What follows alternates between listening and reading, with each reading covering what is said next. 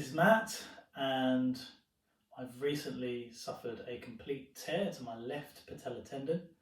I thought it'd be quite useful for me to document my recovery over the next 6 to 9 to 12 months so that I've got a record of my progress over that period of time. I've been helped quite a lot over the last couple of weeks by watching other people's accounts of their patellar tendon injuries, and I've taken on the similarities from what they've gone through, but there have also been quite a lot of differences as well. Some may have recovered slower than others who've recovered a lot quicker, and that's down to a whole multitude of different reasons. So this is my record of my recovery. Let's start from the top. I'm at the end of the third week post surgery. I actually did the injury 4 weeks ago on Saturday the 21st of August 2021, and it was during a football match. I can remember being mid-sprint and then feeling a popping sensation in my kneecap. I quite vividly recall thinking, has someone thrown a cricket ball at me? That's just how it felt. It felt like something really hard had just been thrown at my knee. Went down and I had to be carried off the pitch.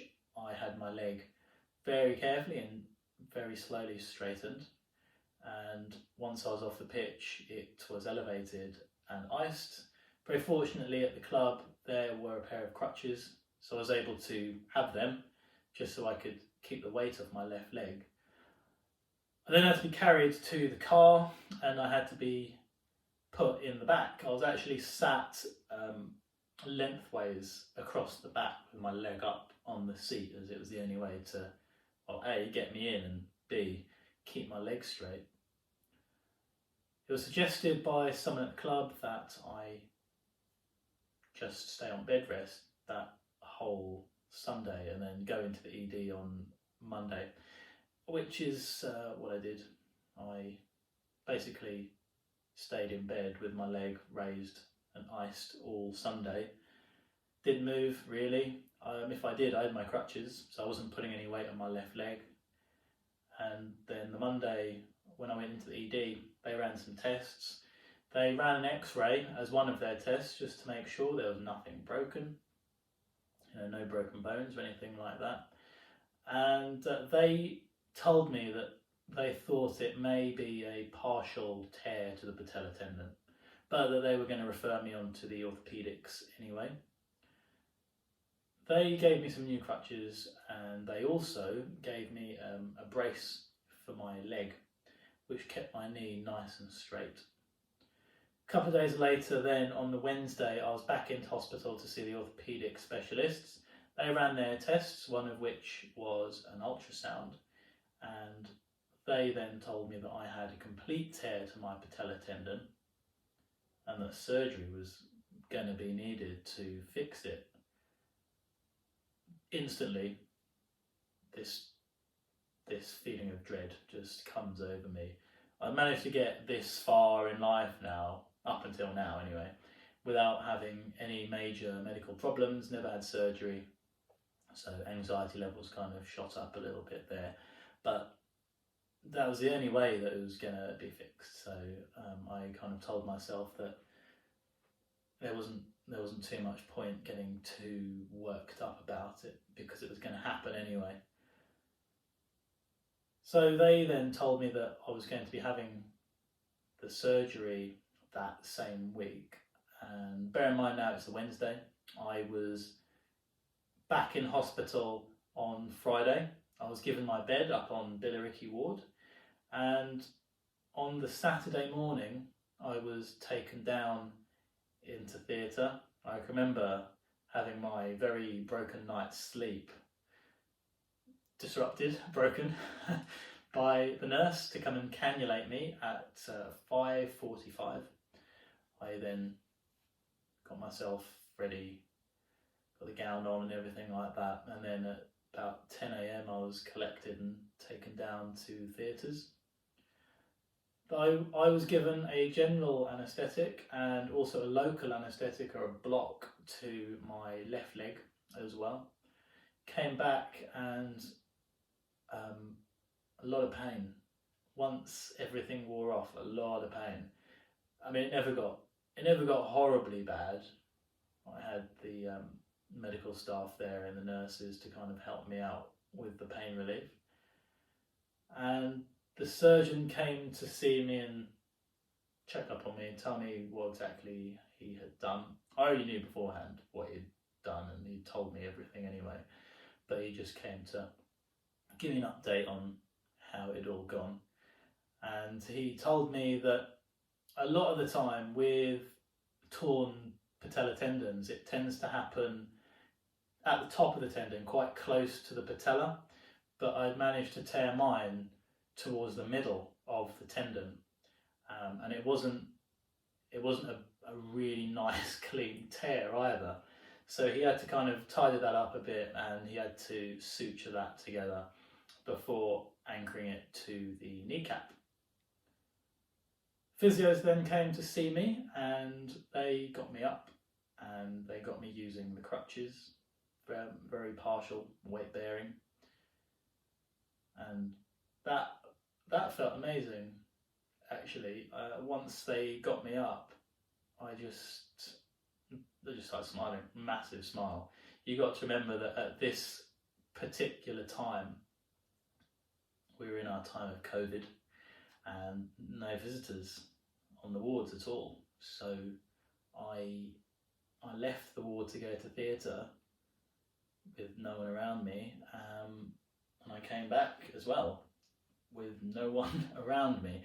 And fortunately enough, I had my phone and everything like that, so there's messaging and phone calls and FaceTime. But yeah, it wasn't great, not having those that you're closest to around you. But it was only for a night that I was in anyway. I had the surgery on the Saturday, and then on Sunday evening anyway, they discharged me and I was able to go. So a week between injury and surgery, I think, is pretty good actually. I think that's pretty quick.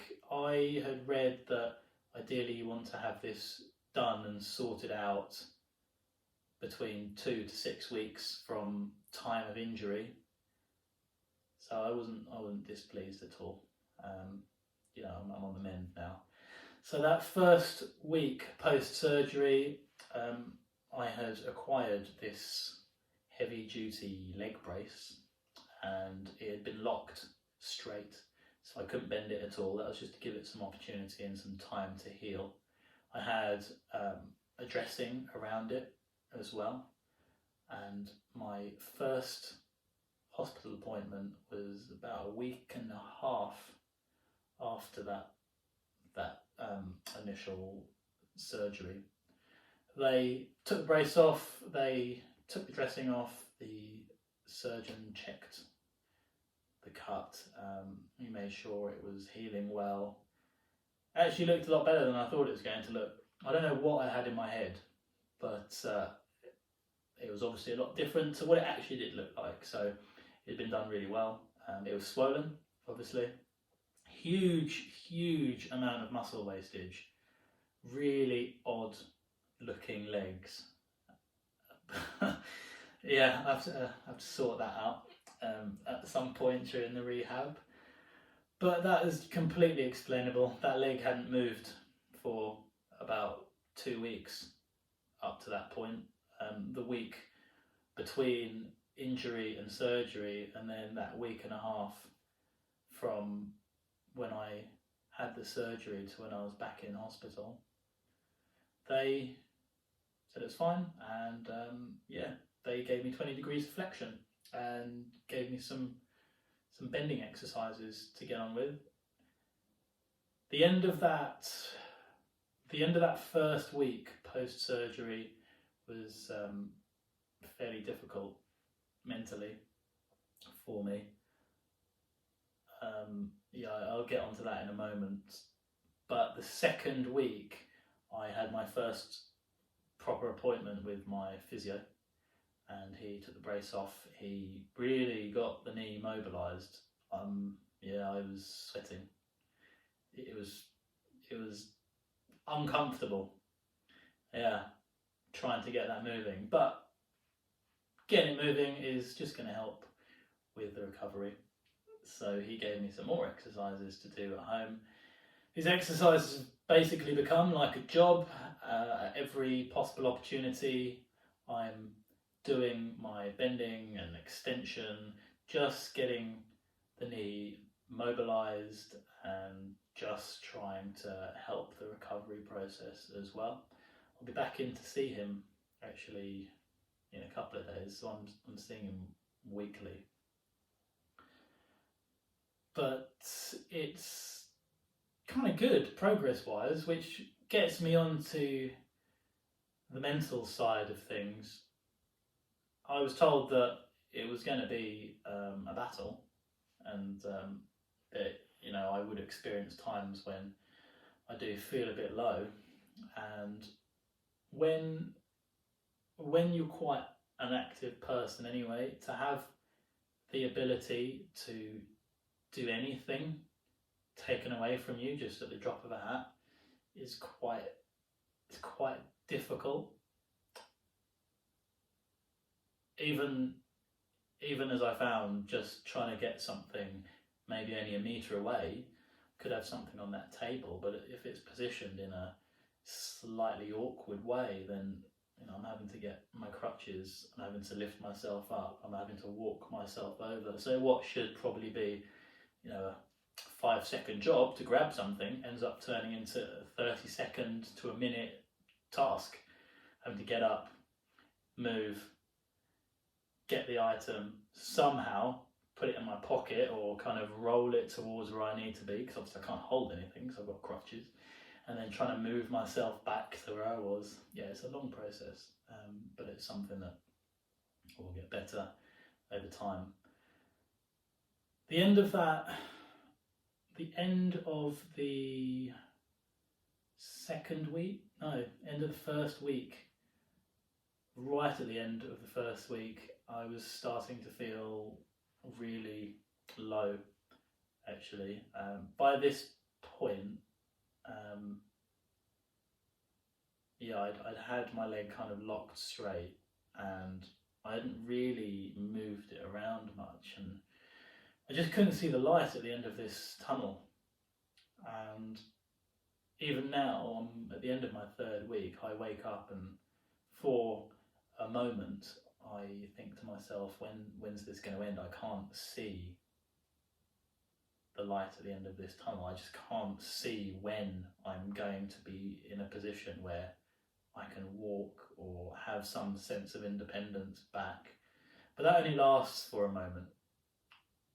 This particular time, in fact the entire weekend, this was turning into seconds and minutes and then hours, and it was just entire days, which wasn't fair on those around me, because I was getting angry, really. This sense of when am I going to get better was turning into me being quite angry towards other people, which it's just unfair on those people who were there really to support me. My partner Carrie has been great. She's been really helpful and really supportive.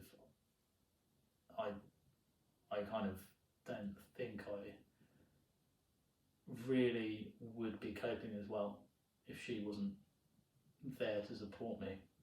And it's made, because I live in a house, so it's a 2-story house, it'd be nigh on impossible for me to do anything if she wasn't around. But yeah, she's been a huge support. So hopefully, as these videos kind of go on, I'll be able to say to myself, I don't feel like that anymore. Hopefully it'll get to a point in a few months where I can say I don't wake up in the mornings and have that sense of when am I going to get better. I wake up and I think to myself, yeah, this tunnel is getting shorter and shorter as I go through the process. But we'll see. we will see. I think especially for me, it's been a real blow because this autumn I was supposed to be doing 2 half marathon events and an open water swimming event. In fact, the swimming event was supposed to happen this weekend, and I guess at this point I'm telling myself that next year, so in 12 months, I will do the 2022 editions of those events, but we'll see. You know, I might get 12 months down the line and I may not have made enough progress, or maybe my body hasn't recovered to a point where I can do that. You know, I know that I'm not going to be running for a while. That I'm fully aware of. It's more the things like swimming, cycling, those more low impact sports on my knee that I'm looking to get into a lot sooner than the running. But we'll see what the physio says, we'll see what the surgeon says. It's just about following the process, really. It'll be really interesting, I think, for me to just look back and just see kind of where my head was at. Not just the physical side, but just where my head was at the beginning. So I'll try and make these as regular as I can. And I'll see you in the next video.